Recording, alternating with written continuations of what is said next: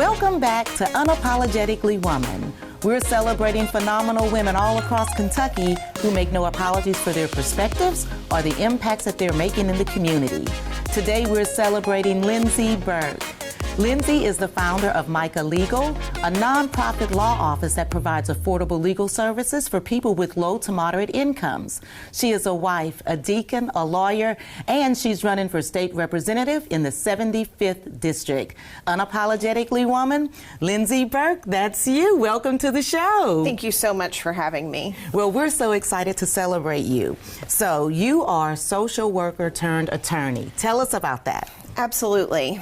I was really fortunate to begin my career as a social worker here in Lexington, serving people on the West End at Lexington Rescue Mission. And it was as an outreach social worker that I started to notice a pattern, which was that many of the people who came to my office were asking for help with social services. But when I asked more questions of them, I realized that there were unresolved legal issues that they hadn't been able to get help to deal with. And so I would ask more questions and try and find help for them. And unfortunately, there weren't really many people to help. And so I knew right then and there that I needed to become an attorney so that when someone was having an issue with housing or child support or visitation or the loss of a family member, that I could step in and help them to deal with those legal issues so that they weren't losing their housing or worse. So you devise a plan, you think this, and you start putting it into motion. So this wasn't something that happened overnight because you had to go to law school and get all of that together. And then you decided Micah Legal. Tell us about that. Well, Micah Legal is actually named after a book of the Bible, and more specifically, the verse Micah 6:8. It's, "What does the Lord require of you, but to do justice, love mercy, and walk humbly with God?" And I knew about what I wanted to create before I knew about that verse. And so it was really kind of amazing the way that God allowed my path to grow so that this concept grew and then the perfect name came along. And I'm really fortunate that Micah Legal exists within my church. We are hosted by Central Christian Church in downtown Lexington. And it's a wonderful place for us to provide these services. We're 1 block away from the courthouse. We couldn't be any closer.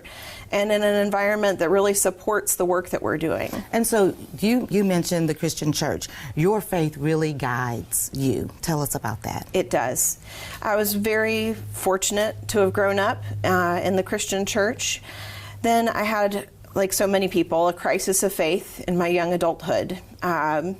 Really, my story involves overcoming sad obstacles.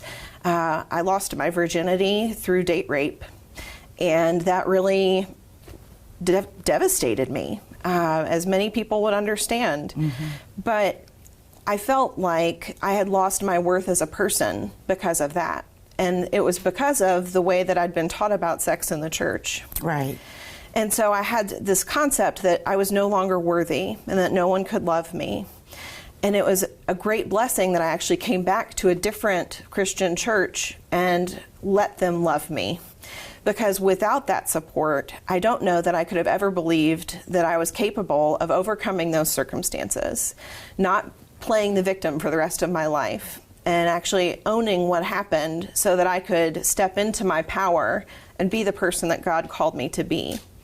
And it was both the sadness and the recovery that made all of this possible. I'm truly humbled by the way that God has used this to make something good. And so how does that play with your with the work that you do in the Fayette Mental Health Court? Well, it dovetails very nicely into that work. I'm really a huge fan of the work I get to do with the mental health court. Typically, I'm appointed as a guardian ad litem, which means that I'm representing someone whose rights are being impacted. Whether it's someone who's elderly and has started to experience dementia, or someone who is going through an acute mental health crisis, whatever their age, it's my job to make sure that their rights aren't being abused. So I go and meet with the person, try and make sure that the interdisciplinary team who's making recommendations about their treatment is right, and that we aren't taking advantage of someone who's in a delicate situation, as so often can be the case. It also really pairs well with my work as far as working with women who have overcome abuse and trauma. We do a lot of work with people from Greenhouse 17 and the Nest. And because of my experiences, I feel I can much better relate to the positions that many of my clients are in. And so able better to help everybody. And it sounds like you're using the whole community in your work. Yes, absolutely. We would not be nearly as successful in helping our clients if we weren't really plugged into the greater Lexington community service programs. It's our partnerships that really make our work excellent. And so you're really engaged. You do a lot of good work. Tell us about being the task force leader for Kentucky Supreme Court's Access to Justice Commission. That was such an exciting opportunity. The Kentucky Supreme Court Access to Justice Commission received a large grant from a federal grantor to try and make sure that our courts are as accessible to people with low incomes as possible. And so the Access to Justice Commission, which is chaired by Glenda Harrison, convened a whole bunch of social service leaders and attorneys and judges and court clerks, and brought us all to the table to discuss what could we do to make sure that people don't feel like they can't come to court just because they're poor or just because they don't have an attorney to help them. And if they do come on their own, how can we be more receptive? What could our clerks do to better assist people who are pro se, which means without an attorney? And as my task force leader title implies, I got to spearhead some of the initiatives that are now rolling out based on that year-long research project that they did. And we're really excited to see the way that the faith and justice partnerships are going to be promulgated throughout the state. I think you're going to see a lot more of us. I'm excited about that.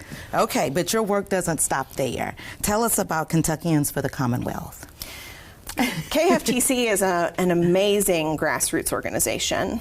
I really got my start in politics through that organization. It was important to me to do things that were not partisan. You don't need to be a Democrat or a Republican to be a good person and to be a good citizen. And I love that KFTC welcomes people from all backgrounds, regardless of their political affiliation, regardless of whether they even see themselves as being part of one of those parties, but lets people bring their lived experience to the table and say, here's what I really need from our government. I was really grateful to work on things like restoring voting rights to people who had committed felonies in the past. We were able to improve the Kentucky law. There's still a long way for us to go. But that, voter registration, mountaintop removal, coal mining, those were some of the issues that I was helping to organize citizens to tell their legislators that we need to work on. So you said it's not political to be a good person. One of the quotes that I stole from you was, love isn't a state of perfect caring. It is an active noun like struggle. Who helped you get where you are? Well, I want to give a lot of credit to my parents. Even though there were times when I think that they thought I was just way off the rails, it was because they loved and supported me and pushed me to be my very best that I was able to overcome some of the things that were stumbling blocks for me. My husband is a great support. He loves me in spite of myself on a daily basis. And I'm incredibly grateful for the women who are now working at Micah Legal. Without these new attorneys who are coming in, their youthful energy, their joy, their need to help this community, all of the things that they bring to the table make it easier for me to do my job and help me have joy in the struggle. I think that's really one of the biggest messages I would hope to convey to anyone is find joy in your struggle because it's part of your story. And if you can just work through that and continue, the sky's the limit. But you don't even think you're doing enough right now. In your free time, you're running for state office. Tell us about that. I'm excited about it. Thank you. It's thrilling and challenging and very different than I expected. I am running for state representative in the 75th District, primarily because as an attorney and a social worker, I've seen the way that our state laws impact average people. And I know that legislators go and try and make laws that are good for everybody, but I think because they haven't done the type of work I've done, they don't see how it plays out in an average family. They don't recognize that when we fail to fund things like early childhood education, then we have parents who can't go back to work because daycare is terribly expensive. And if you're not earning $20 an hour, it's really hard to pay for your child to go to daycare. Absolutely. And there are so many practical little laws that are just wrong because they don't take into account how people are living. And until our legislators really can understand what it's like to be an average Kentuckian, living your life day to day, just trying to make it work, then they really aren't going to create laws that benefit the average Kentuckian. And then not just changing laws, because there are a lot of unintended consequences that come along, right, with some of the laws. But what about being a woman and running for such a high office?